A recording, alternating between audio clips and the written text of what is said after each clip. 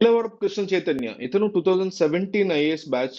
ఈ రోజు కేరళ యొక్క పంచాయతీరాజ్ సిస్టమ్ గాని ఇతరత్ర సిస్టమ్స్ లో గాని అతను తనదైనటువంటి ఒక స్టైల్ ని చూపించాడు. పంచాయతీరాజ్ సిస్టమ్ అనేది అతని మాటల ప్రకారం మీరు చూసి ఉంటారు ఆ వీడియో. అతని మాటల ప్రకారం ఏంటంటే కంప్లీట్ డిఫరెంట్ గా ఉంటుంది కంట్రీలో ఉన్నటువంటి మిగతా రాష్ట్రాల్లో పంచాయతీరాజ్ సిస్టమ్ కి. ఎందుకంటే అక్కడ పంచాయతీ యొక్క ప్రెసిడెంట్ అల్టిమేట్ డెసిషన్ మేకర్. దానిపైన సీఎం గాని ఇంకొకళ్ళు గాని ఇన్వాల్వ్ అవడానికి లేదు. ఎందుకంటే ఆ పంచాయతీ వరకు అంటే ఒక గ్రామం ఉండనివ్వండి, ఆ పంచాయతీ కింద 10 గ్రామాలు ఉండనివ్వండి, అక్కడ తీసుకునేటువంటి డెసిషన్స్ ఏవైతే ఉంటాయో అవన్నీ కూడా పంచాయతీ ప్రెసిడెంట్ అల్టిమేట్ డెసిషన్ గా మిగులుతుంది. ప్రభుత్వం డెఫినెట్లీ అతను ప్రభుత్వం కింద ఉండేటువంటి ప్రెసిడెంటే అవుతాడు, ఎలక్టెడ్ రిప్రజెంటేటివే. కానీ అల్టిమేట్ గా ప్రభుత్వం పైనుంచి ఇచ్చేటువంటి ఆర్డర్స్ ఇక్కడ ఇంప్లిమెంట్ చెయ్యాలా వద్దా అని గాని, లేకపోతే ఇంకోటి గాని వాళ్ళ చేతిలోనే ఉంటుంది. ఎందుకు అంటే ఆ ప్రాంతంలో ఉండే వాళ్ళ యొక్క లిటరసీ రేటుని ఒక్కసారిగా పెంచేటువంటి ప్రయత్నం చేయడం, ఏదో ఒక రకంగా వాళ్ళు చదువుకునేలాగా చేయటం, మంచి ఏంటి చెడు ఏంటి అనేది తెలుసుకునేలాగా చేయడం ఓవర్ ద ఇయర్స్ కేరళ ప్రభుత్వాలు కానీ చేస్తూ రావటం వల్ల ఈ పంచాయతీరాజ్ సిస్టమ్ అనేది అక్కడ బాగా ఇంప్లిమెంట్ అవ్వడానికి ఉపయోగపడింది. ఈ పంచాయతీరాజ్ మినిస్ట్రీలో ముఖ్యమైనటువంటి పాత్ర పోషించేటువంటి డిఫరెంట్ అడ్మినిస్ట్రేటివ్ లెవెల్స్ లో చేశాడు ఈ కృష్ణ చైతన్య. సో అందువల్ల కృష్ణతేజ. సో అతనికి దానివల్ల వాస్ట్ నాలెడ్జ్ గాని, ఈ పల్లెటూరు ప్రజల యొక్క మైండ్ సెట్ ఎట్లా ఉంటుంది, వాళ్ళకు వచ్చేటువంటి సమస్యలు, ఒక తెగుళ్ళకు సంబంధించి, ఒక పంటలో తెగుళ్ళ దగ్గర నుంచి ఒక క్యాస్ట్ కులాలకు సంబంధించి, మతాలకు సంబంధించిన గొడవల వరకు, ఇట్లా ఎవ్రీ ఆస్పెక్ట్ మీద ఇతనికి కంప్లీట్ నాలెడ్జ్ ఉందన్నమాట.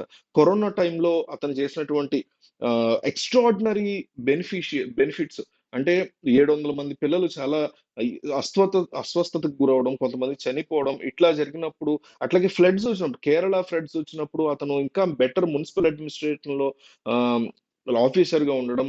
ఆ టైంలో ఫ్లడ్స్ విషయంలో 2018-19 ఆ టైంలో ఫ్లడ్స్ టైంలో అతను చాలా ఎక్సలెంట్ గా అక్కడ రాకుండా ఇవన్నీ కూడా ఏమీ జరగకుండా ప్రజలు చాలా సేఫ్ జోన్ లో ఉండేలాగా ఎన్నో చోట్ల అతని యొక్క మార్క్ చాలా పడింది. అంటే ఆ స్టేట్ ఒక హానెస్ట్ ఆఫీసర్ గా అతన్ని అక్కడ రాష్ట్ర ప్రభుత్వం గుర్తించింది. ఎంతగా గుర్తించిందంటే పవన్ కళ్యాణ్‌కి ఇతని గురించి బాగా తెలిసి, ఎప్పటి నుంచో కూడా వేరే వాళ్ళ ద్వారా పరిచయం అయ్యి, తెలిసి అతన్ని రప్పించాలి, అతను ఆంధ్రప్రదేశ్‌కి రప్పించాలి అంటే అక్కడ ప్రభుత్వం ఒప్పుకోనటువంటి సిట్యుయేషన్.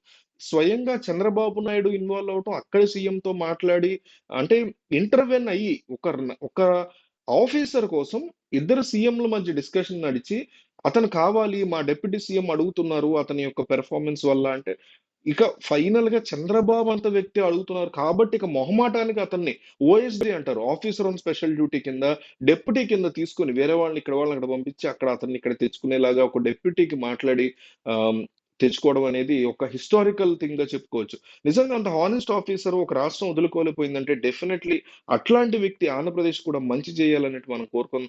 చాలా మంది పవన్ కళ్యాణ్ యొక్క కమ్యూనిటీ క్యాస్ట్ అయినా ఇతను అందుకే ఇంత హడావుడ అనేసి ఫీలింగ్ కూడా ఉంది. కాదు, అతను కంప్లీట్ డిఫరెంట్ క్యాస్ట్. వేరే క్యాస్ట్ ఏంటో నేను చెప్పే ఉద్దేశం లేదు. అండ్ కళ్యాణ్ కమ్యూనిటీ అయితే డెఫినెట్లీ కాదు, నేను చాలా స్ట్రాంగ్ గా అనుకున్నా. సో అది కాదు ఎందుకంటే నేను కృష్ణ తేజ ఐఏఎస్ అని కొట్టగానే పక్కన బంగారు కొండలు కదా మనోళ్ళు, ఇంటర్వ్యూ దాని కింద ఐఏఎస్ దాని కింద క్యాస్ట్ అని కూడా ఎతికారు. అది కాదు, పవన్ కళ్యాణ్ కంటే పైనే ఉంది క్యాస్ట్. అంటే కృష్ణ తేజ ఐఏఎస్ కొట్టగానే ఇంటర్వ్యూ వస్తుంది, దాని కింద క్యాస్ట్ వచ్చింది, దాని కింద పవన్ కళ్యాణ్ వచ్చింది సెర్చ్ లిస్ట్ లో. అంత అద్భుతంగా ఉన్నారు మనోళ్ళు. అతను వాళ్ళ క్యాస్ట్ కాదు, వేరే క్యాస్ట్. సో వాళ్ళ క్యాస్ట్ అది గొమ్మనిపోయేదే ఉంది అసలు. సరే, వేరే టాపిక్.